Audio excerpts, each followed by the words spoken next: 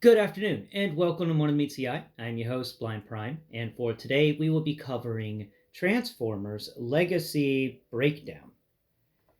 Here he is, and all of his, well, not much glory. It's a little sad about this guy. I was hoping for a little bit more, but it's good to get the Minosaur finished. Please excuse, my, I don't know how to, I'm not feeling well today, so please excuse. Hopefully, it's just a weird little day bug, but I'm trying to get this through as quickly as possible and get back to bed and sleep off the rest of the day. But no, so here we go. We're going to talk about Breakdown today, and we're just going to get it taken care of pretty quick. He's very similar to Wildrider, so we don't really have to cover much that's new. But there is some new things. Articulation-wise, he's got everything Wildrider had. Siege port wise, everything Wildrider had, which means very few. 1, 2, 3, 4, 5, 6. And there's not even a 7 on his back. So 6. 6 isn't that fancy for a robot mode. But then again, Menosaur's got more. So it adds up. It adds up. Now, Breakdown, I'm a little disappointed by. Actually, pretty disappointed by on a few levels of it. For one, I was hoping it would look more like a Lamborghini, so I could compare it to Sideswipe. It does not. For another thing, I was hoping that they would have found a way to do something with this huge backpack that's just massive, and they did not. That I thought they would do something like maybe make this windshield fold down further so that everything could fold down flatter, maybe allow for a turning mechanism to exist within this backpack so you could actually spin the hood 180 degrees and lay it down flat across the back of the car. So instead of getting all this negative kibble thing, this waffling and stuff that's inside of the underside of the hood of the car, you actually just had the hood of the car, which feels like it's pretty nice, laying down flat across the back. That's a little upsetting, and I don't even know why they didn't do that. There's plenty of room in there to put in one of those spinning hinges where it could go up and down, but it also rotates 180 degrees. And then you would have it lay flat across the back of the vehicle, and it wouldn't look so horrendous. And you always have to keep this stupid windshield folded down in order for the thing to do that. And it spreads out to be bigger, but there's just nothing to do with that. It does that spreading out. Like, you could do it like this, and that's a little better. That's a little better of a backpack, but it's not much. It's not much. You could, instead of just doing it like that, where it's been, shows the underside, you flip it and rotate it slightly so that it folds down across and shows the top of the hood. But it still doesn't really work in my opinion. It is a big clunky piece that I think if they had done something different with the windshield or something, that it could have worked. It could have worked. It's an almost but not quite there. Definitely going to be taking some points off for that one. Articulation wise, it's got all the articulation that you would expect. The knees pull more than a 90. The elbows pull a 90. I think only a 90. Yeah, they only pull a 90. And the head's on a ball joint. And the waist does swivel. Yay, swiveling waist. And the back, all the leg joints are all very stiff and nice. Yeah, I got a good copy. The ankle tilt is just only in those feeties, so that's all right.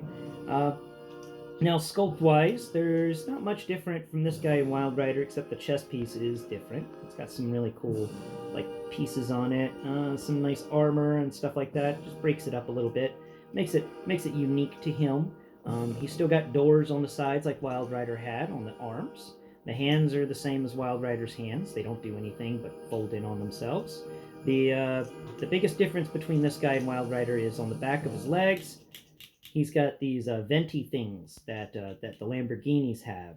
So, yeah, I don't know what you would call that on the back of a Lamborghini, but it makes that fun noise when you run your fingernail across it. Anyway, yeah, he's got that on the back of his legs instead of what Wildrider had.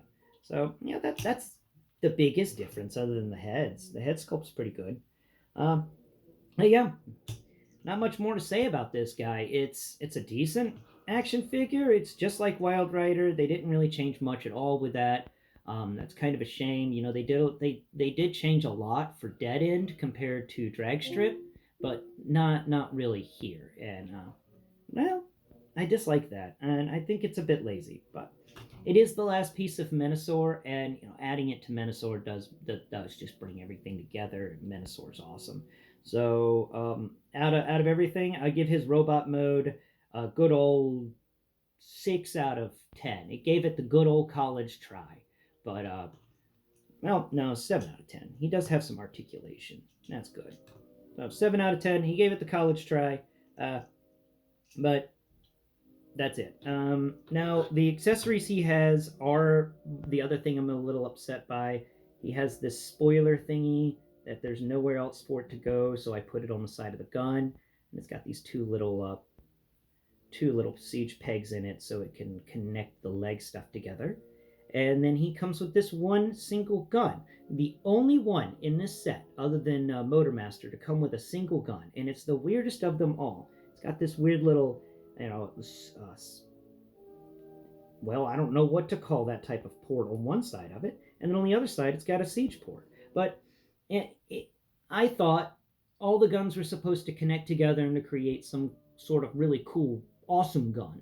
Like if this gun had a siege port on both sides, it would make like the centerpiece for the awesome gun or something like that. It just, what's up with all the guns?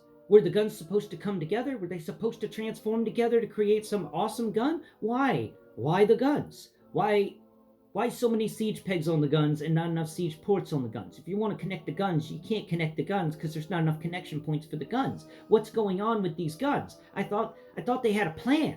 I thought there was a plan for these guns.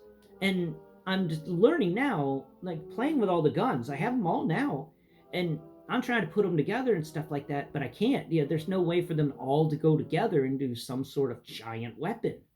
And I'm just saddened by this. I was really hoping we would get an awesome, you know, cool little weapon that we had to build with all the other weapons, because that was going to be the gimmick of Legacy. And here we are with the biggest thing in Legacy, and nothing. And I don't know. Maybe I'm doing it wrong. So any of you out there who also have gotten the Menasor and have all the weapons, tell me in the comments? Do they combine together? What's going on with these weapons?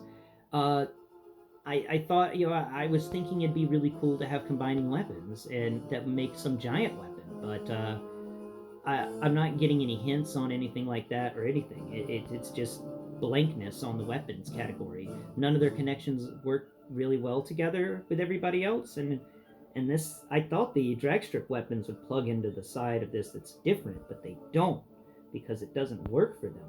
And then that means the drag strip weapons don't connect to anything.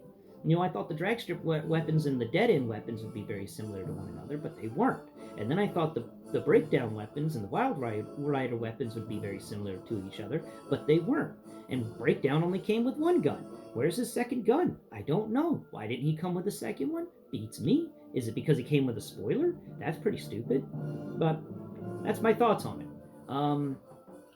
I'll do a Blindformers episode tomorrow, but there's not much difference. It's just going to be the Wildrider episode again, so it's going to be a very quick episode. But you know, today, it's kind of a quick episode. I'm not feeling so well. I'm feeling under the weather, and after I upload this, I'm going to go back to bed and sleep it off.